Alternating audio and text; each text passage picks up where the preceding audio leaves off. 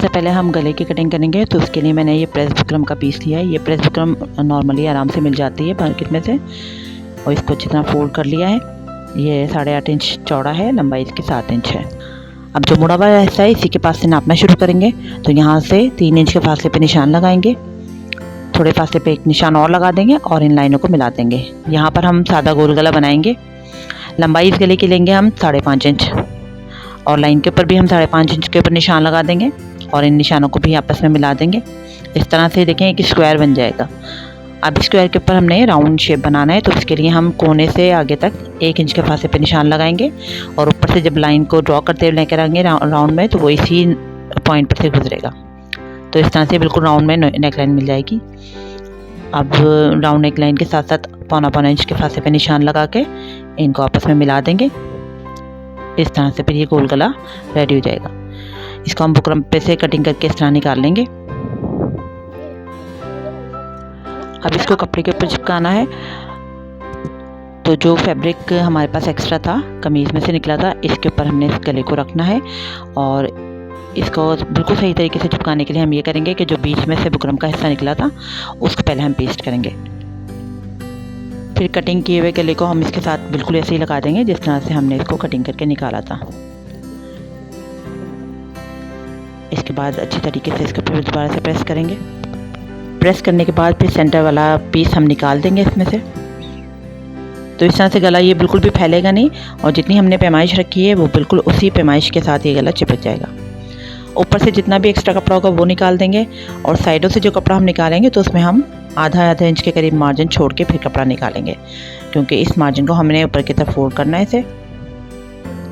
तो आप चाहें तो इसको फोल्ड करके सिलाई भी लगा सकते हैं, लेकिन मैं आपको एक आसान तरीका बताती हूँ कि ये ग्लू स्टिक है, ये बासानी तमाम बुक स्टॉल्स पे मिल जाती है। ये ग्लू स्टिक आप इस तरह से यहाँ पर लगा दें कपड़े पे, एक्स्ट्रा जो फैब्रिक है, और फिर इसको ऊपर की तरफ इस तरह मोड़ दें, तो आप इसके सिलाई करने से बचत हो जाएगी, और चाहें तो आप इस पर सिलाई भी कर सकते हैं। तो इस तरह से ये नेकलाइन तैयार है। अब देखें इसके दोनों सिरे हैं, उन सिरों को आपस में बिल्कुल मिलाएंगे। बुकरम वाले जो सिरे हैं इनको बिल्कुल अच्छी तरह मिलाकर और सेंटर में एक क्रीज लाइन बना देंगे, और ऊपर एक कट लगा देंगे, तो ये बिल्कुल इसका सेंटर बन जाएगा। अब हमें बैक साइड के लिए भी पट्टी चाहिए, बैक साइड वाले गले के लिए, तो उसके लिए हम देखें कपड़े को इस तरह से मोड़ेंगे। ये एक्स्ट्रा कपड़ा है वो जो जिसमें से हमने गला निकाला है, तो इसका इस तरह से मोड़ेंगे। ये और भी हिस्से को हम प्रेस कर लेंगे, और यहाँ पर 1 इंच के फासले पे निशान लगा देंगे। अब निशान लगाने के बाद अपने इन्हीं निशानों के ऊपर इसको कटिंग करके ये पट्टी निकाल लेनी है। ये और भी पट्टी है, और ये मैंने डबल निकाली है, यानी ये आपस में बुड़ी हुई है। इसमें से जितनी हमें चाहिए होगी वो ले लेंगे, और बाकी हम बाद में कटिंग करके निकाल देंगे। सिलाई करने से पहले ये दोनों चीज़ें आप तैयार करके रख लें, यानी फ्रंट का गला हो और बैक साइड की और भी पट्टी। अभी हमारा फ्रंट वाला हिस्सा है, इसको हमने ओपन किया है। सेंटर में इसकी क्रीज लाइन बनाई हुई है जो बिल्कुल सेंटर में है। तो जब हम इस पर गला लगाएंगे तो उस हमने सेंटर का ख्याल रखना है, यानी गले का भी सेंटर हो और कमीज़ का भी सेंटर हो। तो उसके लिए ऊपर के जो दोनों के कट हैं, गले का कट और कमीज़ का कट, इनको आपस में मैच करके रखेंगे। और जो नीचे वाली की तरफ है उस वहाँ पे भी हमने ऊपर गले का सेंटर लिया, और नीचे क्रीज लाइन जो जा रही है इसके साथ हमने इसको मिला कर रखना है। तो पिन को हम ऊपर वाले सेंटर से डालेंगे और वो क्रीज लाइन पर आने चाहिए, तो ये बिल्कुल इस तरह से सेंटर में ही अटैच होगा। ऊपर नीचे दोनों तरफ पिनें लगा देंगे, इससे ये गला बिल्कुल सेट हो जाएगा, आगे पीछे नहीं खिसकेगा, और आराम से हम इसके ऊपर सिलाई लगा देंगे। आप सिलाई स्टार्ट करेंगे बुकरम के साथ साथ, और आराम से सिलाई को आगे बढ़ाना है, जल्दबाजी नहीं करना, वरना अगर सिलाई टेढ़ी मेढ़ी होगी तो फिर गले में फिनिशिंग बिल्कुल नहीं आएगी। सेंटर तक पहुँचेंगे तो पिन को रिमूव कर देंगे, और इसी तरह से सिलाई को आगे बढ़ाकर एंड तक ले जाएंगे इसको।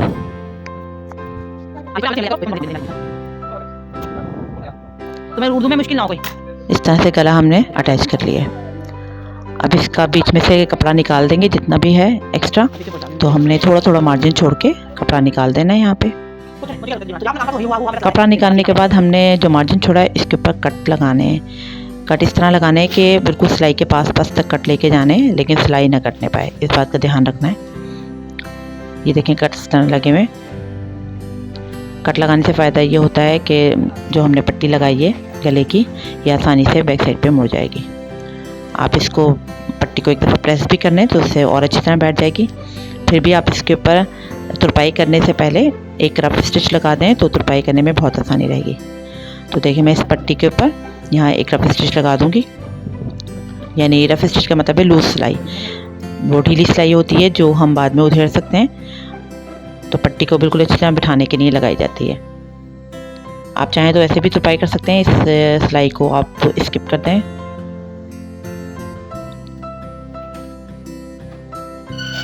अब हमने बैक साइड का गला कटिंग करना है, तो उसके लिए हम शोल्डर्स को आपस में मिलाएंगे इस तरह, ऊपर से बिल्कुल फिनिश कर देंगे इसे। कमीज़ की बैक को इस तरह से रखेंगे और फ्रंट के शोल्डर इस तरह से इसके ऊपर रखेंगे, और जहाँ तक शोल्डर आ रहे हैं वहाँ से तकरीबन आधा इंच का फासला छोड़ के निशान लगा देंगे। फासला आधा इंच से भी कम भी हो तो खैर है। ये निशान लगाने के बाद लंबाई पे भी निशान लगाएंगे 3 इंच का, और यहाँ पे भी हमने गोलाई में शेप देना है, गोल गले का शेप देंगे बैक साइड के लिए, और यहाँ से कटिंग करके निकाल देंगे। इस तरह से बैक का गला भी कट गया। अब हमने बैक के गले पे वही औरबी पट्टी लगानी है, तो उसके लिए पहले हम औरबी पट्टी को नाप लेते हैं कि ये लंबाई सही है इसकी। तो ये देखें ये ठीक है, ज़्यादा ही है, इसको हम बाद में कटिंग करके निकाल देंगे। ये हमारी डबल है, तो हम यहाँ पर हम सेंटर में पहले एक सिलाई लगाएंगे ताकि फिक्स हो जाए। इसके बाद हमने सिर्फ 1.25 इंच के करीब पट्टी रखनी है और बाकी कपड़ा निकाल देंगे, कटिंग करके निकाल देंगे। अब इसको हम बैक साइड पे अटैच करेंगे। पट्टी को हम गोल गले के साथ इस तरह से रखेंगे कि ना हमने गले को खींचना है और ना पट्टी को खींचना है, बल्कि पट्टी को हल्का सा लूजिंग में रखकर ही अटैच करना है। आप देख सकते हैं मैं इसको हल्का सा लूज देकर ही अटैच कर रही हूँ। लूजिंग देने से ये फ़ायदा होगा कि पट्टी बहुत आराम से पिछले गले पे हमेशा और भी पट्टी लगाइएगा, कभी भी सीधी पट्टी नहीं लगाइएगा, वरना बहुत जोल आएगा और बिल्कुल भी फिनिशिंग नहीं आएगी। अब एक्स्ट्रा पट्टी हम कटिंग करके निकाल देंगे, और इसमें भी हम इसी तरह से कट्स लगाएंगे। और कट्स लगाते वक्त वही ख्याल रखना है कि सिलाई ना कटे।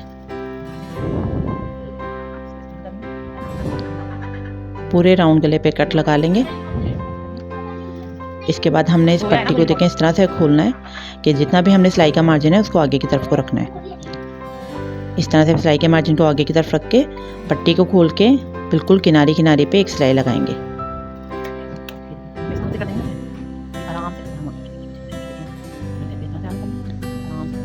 और पट्टी को देखें इस तरह से मैंने खोल के सीधा कर रही हूँ, बिल्कुल गोलाई में सिलाई नहीं लगा रही बल्कि सीधा करके सिलाई लगा रही हूँ।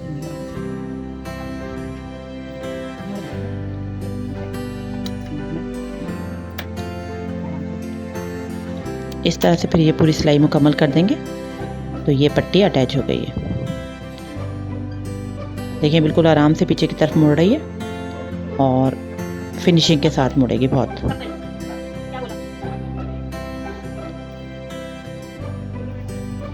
अब हमने इसके साथ शोल्डर ज्वाइन करने हैं, तो शोल्डर्स के लिए ये बैक साइड वाला हिस्सा है, इसको नीचे रखेंगे और फिर इसके ऊपर हमने फ्रंट वाले हिस्से को रखना है।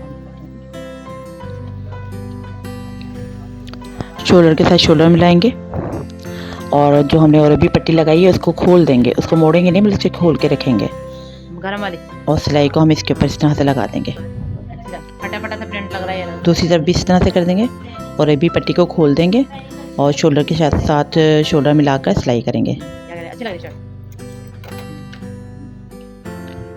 अब एक सिलाई और लगाएंगे यहाँ। ये सिलाई हमने पहले सिलाई के ऊपर ही लगानी है, और इस मरतबा पे हमने जो और भी पट्टी को खोला था इसको इस तरह से ऊपर वाले फ्रंट के ऊपर मोड़ के फिर इसके ऊपर सिलाई लगा देनी है। दूसरी तरफ भी इस तरह से करेंगे, फ्रंट वाले हिस्से के ऊपर और भी पट्टी को मोड़ देंगे और सिलाई लगा देंगे। इस तरीके से बहुत फिनिशिंग के साथ हमारा गला तैयार होगा, और ये भी पट्टी जो हमने पीछे लगाई है वो भी बहुत फिनिशिंग के साथ लगेगी।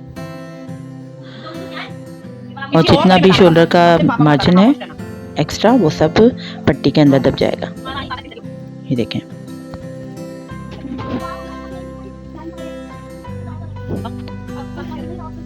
अब हमने पीछे वाली पट्टी के ऊपर सिलाई लगानी है डबल, इसको बिठाने के लिए। तो इस तरह से हम गले को सेट करके रखेंगे और शोल्डर से ही हम सिलाई लगाना स्टार्ट करेंगे। शोल्डर से सिलाई को स्टार्ट करेंगे हल्का सा पक्का करके और किनारी किनारी पे सिलाई लगाएंगे। पट्टी को हमें बिल्कुल भी खींचने की ज़रूरत नहीं पड़ेगी क्योंकि हमने कट्स भी लगाए हैं और फिर ऊपर भी एक एक्स्ट्रा सिलाई लगाई है, तो ये पट्टी बहुत आराम से हो जाएगी। एंड पे लाकर यहाँ पे भी हमने सिलाई को पक्का करके ही निकालना है। तो देखें बिल्कुल फिनिशिंग के साथ पट्टी लगी है बैक साइड पे। जितने भी एक्स्ट्रा धागे यहाँ पर होंगे वो आप यहाँ पर कटिंग करके निकाल दीजिएगा।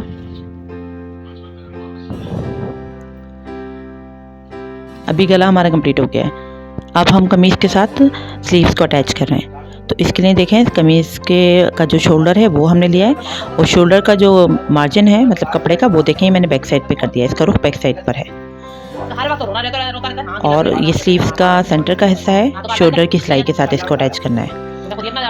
तो ये देखें शोल्डर की सिलाई और स्लीव्स का सेंटर आपस में अटैच होगा मतलब मैच होगा और यहीं से हम सिलाई को स्टार्ट करेंगे।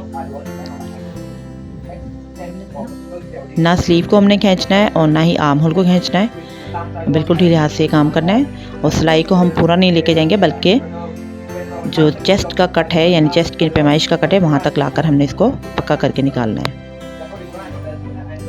अब दूसरी तरफ का करना है तो उसके लिए फिर हम इसको पलट लेंगे यानी स्लीव नीचे आ जाएगी और कमीज़ ऊपर आ जाएगी। और ये सिलाई भी हम शोल्डर से स्टार्ट करेंगे।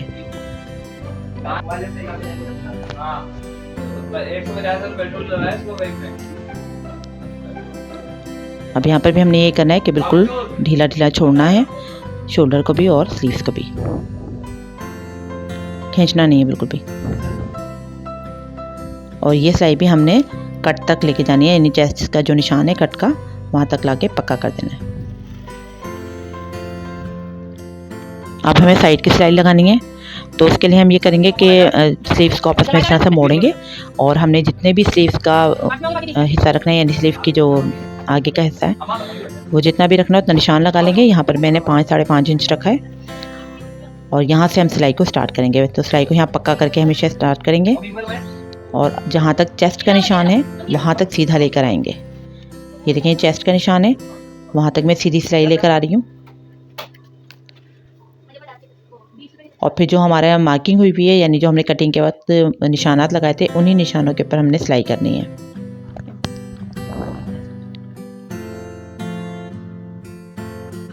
और ये सिलाई हमने हिप तक लाकर रोक देनी है। जहाँ हमारा हिप का निशान था वहाँ पर लाके पहले इसको पक्का करेंगे फिर यहाँ से निकाल देंगे।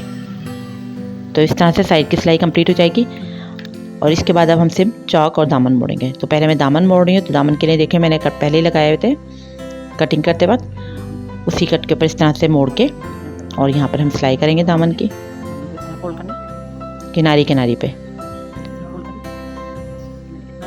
दामन की सिलाई कंप्लीट करके इसके बाद अब हमने चौक मोड़ने। ये चौक है हमारे, तो हमने चौक की जितनी भी चौड़ाई रखनी है उस पर पहले निशान लगा लेना है। तो इसके लिए देखें मैंने दामन को पकड़ा इस तरह से और इस तरह से आपस में मोड़ लिया। इसको मोड़ने के बाद अब यहाँ पर मैं निशान लगा दूंगी। हमने दामन की चौड़ाई रखनी थी 21 इंच, तो यहाँ पर 10.5 पे मैं निशान लगा दूंगी यहाँ पर भी। और ये निशान हमने बैक साइड पे भी लगाना है।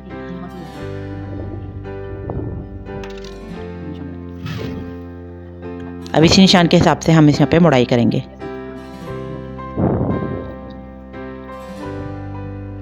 इसको इस यहाँ से मोड़ेंगे और फिर ये हम सीधा हिप तक ले जाएंगे। सिलाई किनारे किनारे पे लगाएंगे तो ज़्यादा बेहतर है। जहाँ तक हमारे चौक आ रहे हैं जहाँ की ओपनिंग है तो वहाँ तक हम निशान लगाएंगे, यानी जहाँ तक खुला हुआ हिस्सा है वहाँ से आधा इंच ऊपर तक निशान लगाएं। आधा से 1 इंच ऊपर निशान लगा सकते हैं आप। और बिल्कुल इसको सीधा करके नीचे से सलवटें निकाल के उसके बाद यहाँ घुमाना है इसको। और इसी तरह से फिर दूसरी तरफ का भी चौक इस तरह से मोड़ देंगे। दूसरी तरफ भी हमारा निशान लगा हुआ है तो निशान के ऊपर सीधा लेके जाएंगे और पक्का करके एंड में निकाल देंगे। इस तरह से चौक भी मुड़ गए। ये देखें गले की मैंने सिलाई जो थी एक्स्ट्रा उसको उधेड़ दिया है और ये इसके बाद मैंने इस पर तुरपाई भी कर ली है।